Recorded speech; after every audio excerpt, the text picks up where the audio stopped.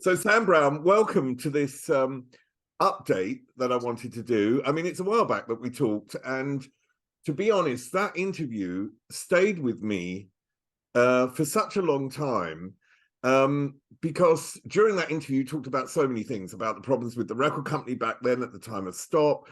We connected in a way over loss, the loss of your mother, the loss of my mother. And when we talked about that, that was quite emotional. And how you back then had redefined yourself creatively. And then we talked about loss again, the loss of your voice and the discovery of the ukulele.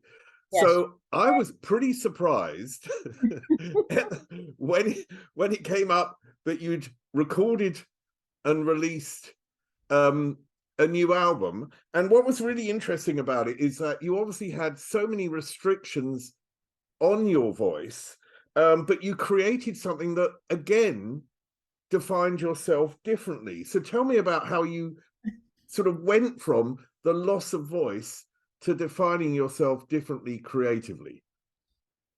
Wow. That woke you up, didn't it? That's a morning question. Just my jelly beans that I'm having for my breakfast because I'm moving house. Stephen, you hit me with that one. Okay, so I think it was a very natural process actually because I love sequencers and kind of electronic music and sort of quite ambient electronic music. And one of the things that my brother suggested, I bought a vocoder. Because with a vocoder you sing into a microphone and you play the notes, so your voice, so it plays your voice with the right note, if you see what I'm saying. As it happened, the bit of kit that I bought was it's a really good bit of kit, but it wasn't a brilliant vocoder as it happened. But what it did have was loads of really kind of lovely sequenced mad sort of 80s electronica kind of sounds. And so I started to do a couple of instrumentals. And then in lockdown, my friend Danny Shogger said, well, why don't we just try a little bit of writing? So we did, and we met every Tuesday online like this. And we started writing. We did 2 or 3 songs, and it just kind of carried on from what I'd been doing already, and that idea of electronica kind of carried on. And then after writing 2 or 3 songs, I thought, well, it's kind of, I mean, I could almost get it in tune. It was very low singing like this. But I thought I'm going to stick it into auto tune and see what it sounds like. And I put it into auto tune, and all of a sudden, the whole thing came alive. And it was like, actually, this actually sounds quite good because obviously the songwriting is something I've always done. And Danny's really good programmer. He's a lovely pianist as well. So it just kind of went forward in the direction that we're where we are now, really. How painful was that process? Because actually losing your voice, then stepping into a studio, it must have been at the start a really difficult and painful process till you probably reached a point where, as you said, where you thought, oh, actually this works. So Yeah. how difficult was it initially though? Well, first of all, it wasn't a studio. It was this very room. um, it was it was really difficult, and there were tears. I would sing something and play it back, and it would just be, I mean, probably to an untrained ear, it wouldn't sound that out of tune. It wouldn't sound like when someone sing, you go, oh God, you shouldn't be singing. It wasn't like that. But to me, it was always very slightly under, very slightly out of tune. And that bothered me. So eventually I'd sung the songs and I was kind of a bit, okay, but when I put it into auto tune, it did make it come alive. And then it became a situation where I had to put how I felt about my singing aside, knowing that I had to be very pragmatic about it and then put it into the auto tune and tune it up. And then it worked.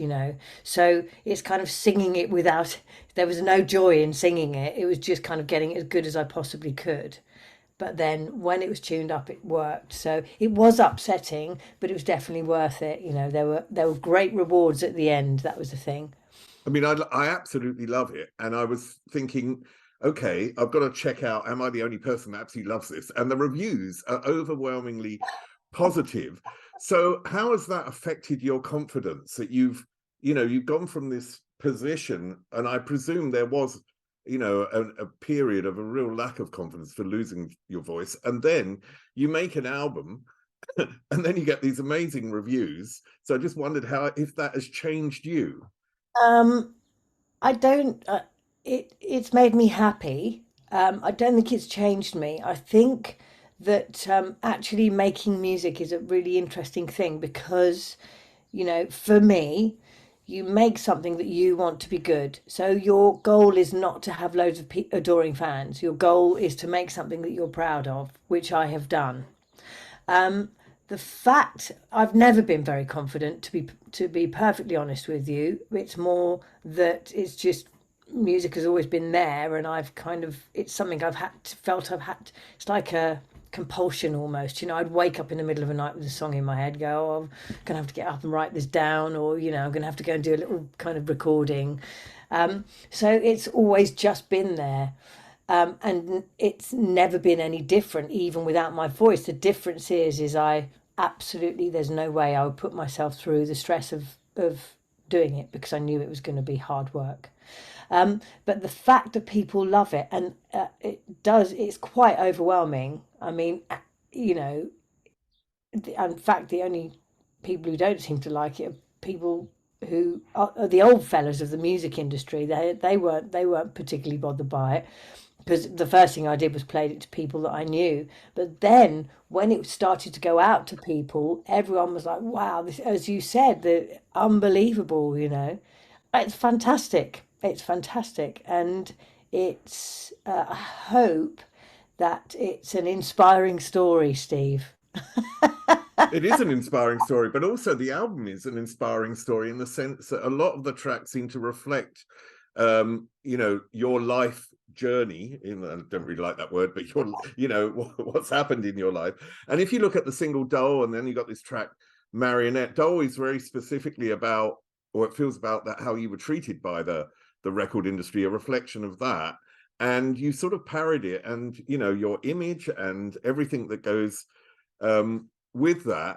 So tell me about the specific tracks and how much of you are really in them, and how much are there a comment on your life?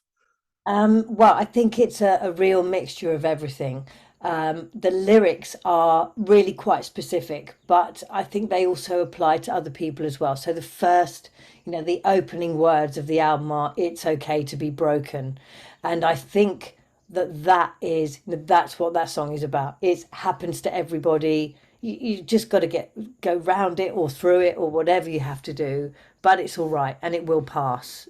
So that is something that with my obviously in as far as I'm concerned, that is a philosophy for life anyway, because I myself and know lots of other people who you have difficult times in your life, and that's all right because it will pass, and that's the message with that song. Doll is really about, I suppose it was kind of inspired by social media in a way, but also the expectations for, a performer, if you like, as a woman now, are, being nearly 60. There's no way I can compete with people who've going to have surgery and are tiny and work out all the time. It's not going to happen.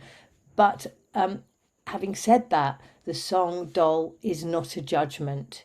It's more a question um, that I would that I'm asking myself and I'm asking other people. Why does anyone want to look like a doll? I do want to look like a doll. Quite often, I want to be slimmer. I like wearing makeup.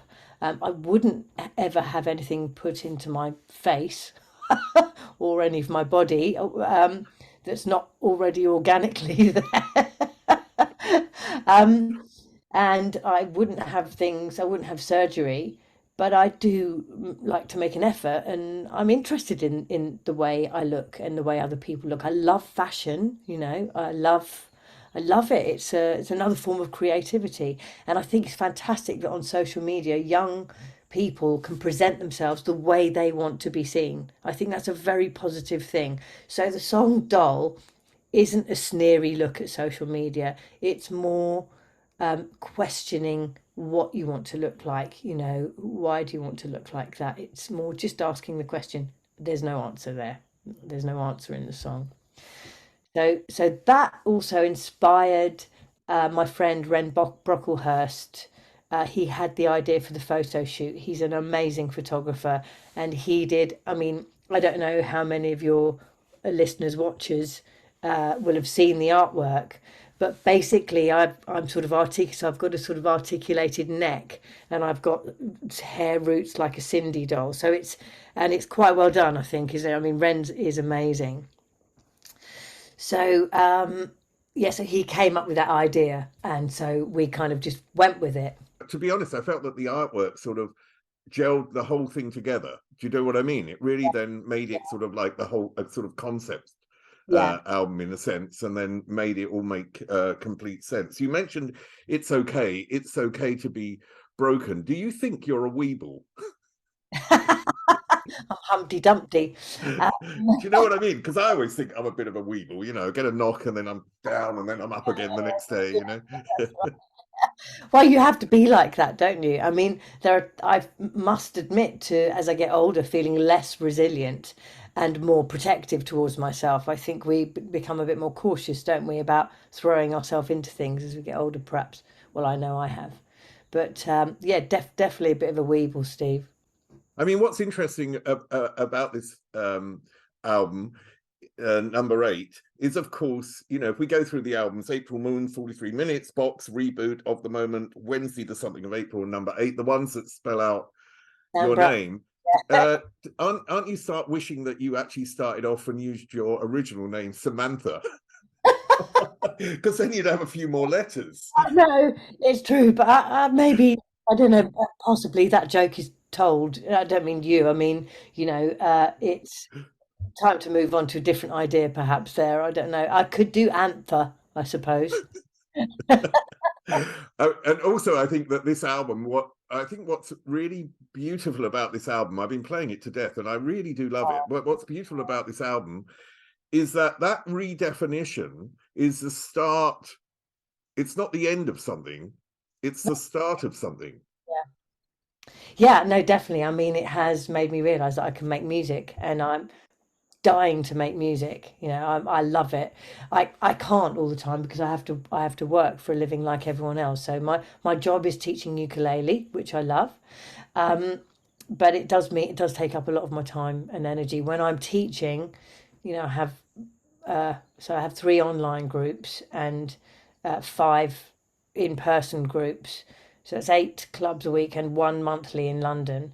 There isn't time for anything else, so I can't just go and write for a few hours. It's not like that. So I think one of my objectives with number 8 is to just raise my profile a bit so that I generate a little bit more of an income from my own music, so that I don't have to teach so much, so I can take the time out. So it really is just a little bit of balancing.